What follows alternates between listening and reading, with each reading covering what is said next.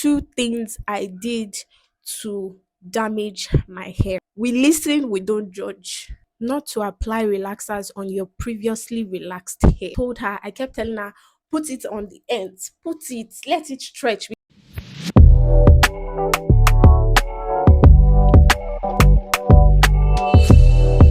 Hi guys, welcome or welcome back to my channel. If this is the first time you're seeing this beautiful face, I am Kenny. I create content around hair content, lifestyle content, and very soon we're hoping to include fragrance content. So I hope you guys are here for it when we do, when I, who is when I decide to start the content for perfume. So yeah, today's video, by the title and the thumbnail, you already know what this video is about.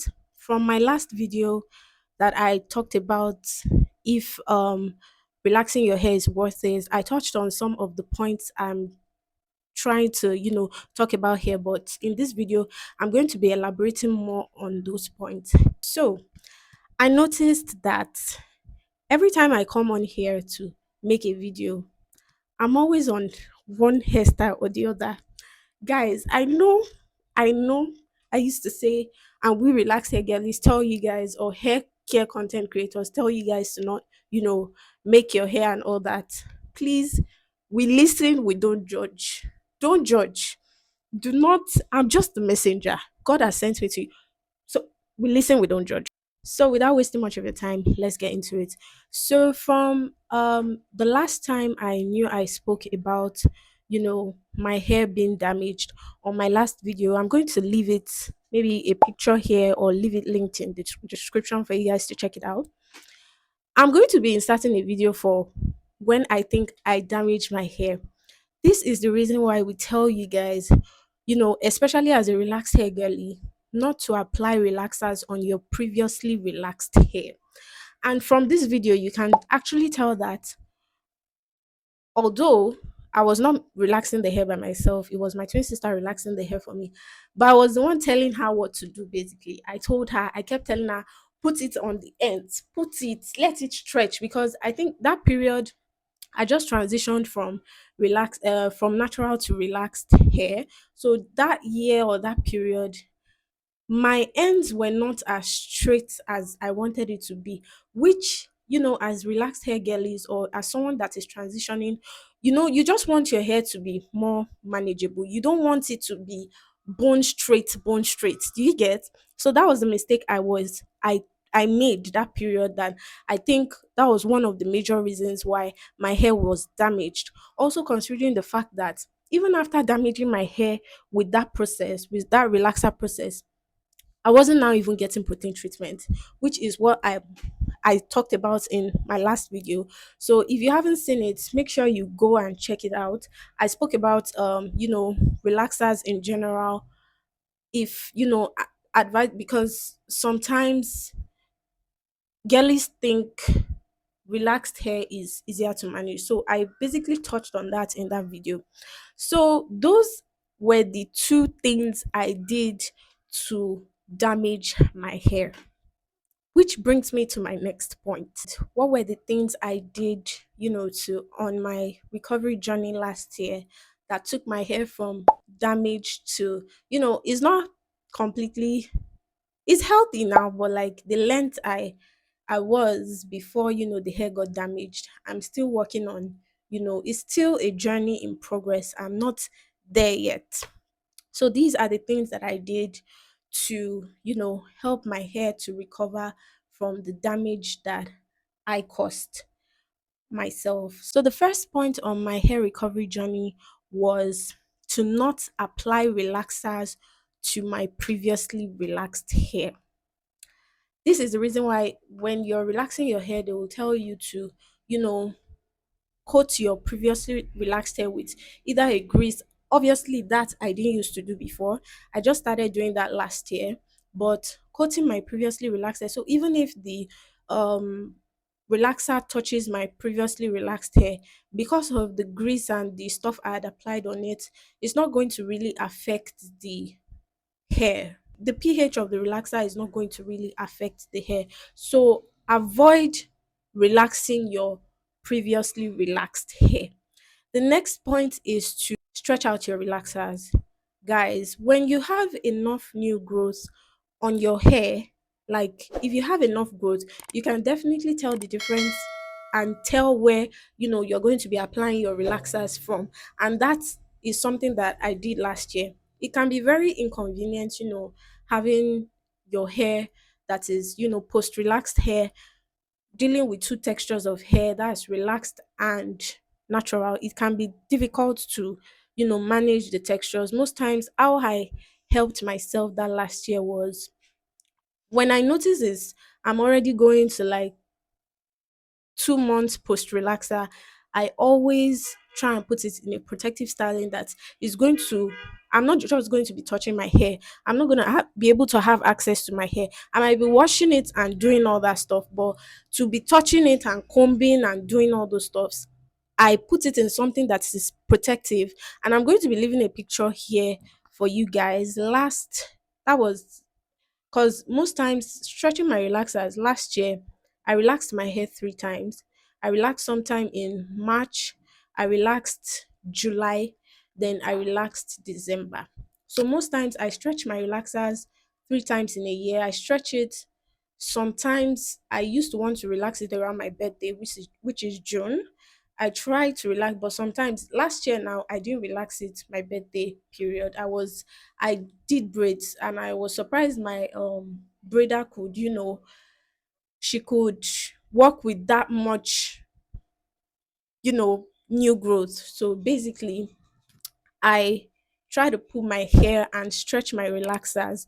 I stretch my relaxers. It's very important for you guys to stretch your relaxers, but because then when your hair is in a protective styling, you would, be able to you won't touch your hair and your hair becomes more manageable until you decide to relax it, which brings me to my next point. My next point will be less manipulation. So most times that last year, most of you girlies, some of y'all, you don't know. It's just like someone that messaged me one time, I think through a friend recommended her to me about her hair, and she was just telling me what she could use for her edges. Sometimes with what I saw, it looked like, you know, it could be hereditary or one of two things, too much manipulation or, all these kind of hairstyles. We listen, we don't judge, guys. We listen, we don't judge. You make it too frequently. So last year, which brings me to my point, less manipulation. I can count how many times I used extensions on my hair. Some of y'all, you make your hair too frequently, and that can make you to, retain length. It can make you to avoid or deal with reducing breakage in your hair care journey. So last year I can count how many times I made my hair. If you're very conversant with me on TikTok or on Instagram, you will know how many times I made my hair. Sometimes it's not because we don't have money to make it, even though sometimes that can be the issue. But it's like a blessing in disguise. You just letting your hair breathe. Do you understand? It's one thing for you to leave your hair and not make it, and it's one thing for you to actually leave your hair and it's growing. Do you understand what I'm saying? So basically, y'all make too much hairstyles. Some of all these hairstyles, you make it too often. Like it's not even a month or it's not even 2 months yet. You're already making one in another 2 to 3 weeks. Or even if you're not making another one and you're saying you want to put it in protective, the protective style you are protecting, and I'm guilty of this. We listen, we don't judge. Some of you, the hair some of you, the hair that you say you are protecting is too tiny. The hair that you are calling protective style is too tiny. It's putting too much. Even this one, I won't lie.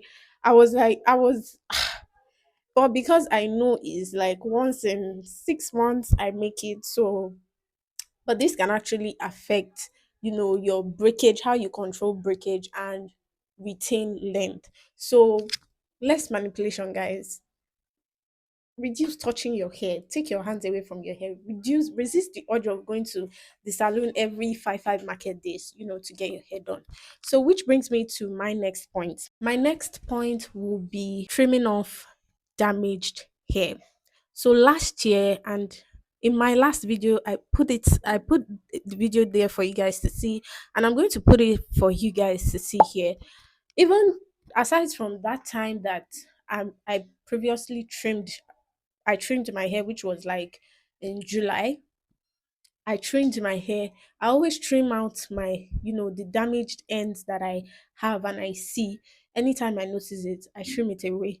So I take away those damage, because you can see from the picture of my hair, you can tell where is healthy and where is damaged. So I trim as I go, and obviously you guys can see from the picture that my hair looks better from what it looked like, beginning of last year to last year, 2 years ago ending, which was 2022 to 2020, no, 2023 to 2024.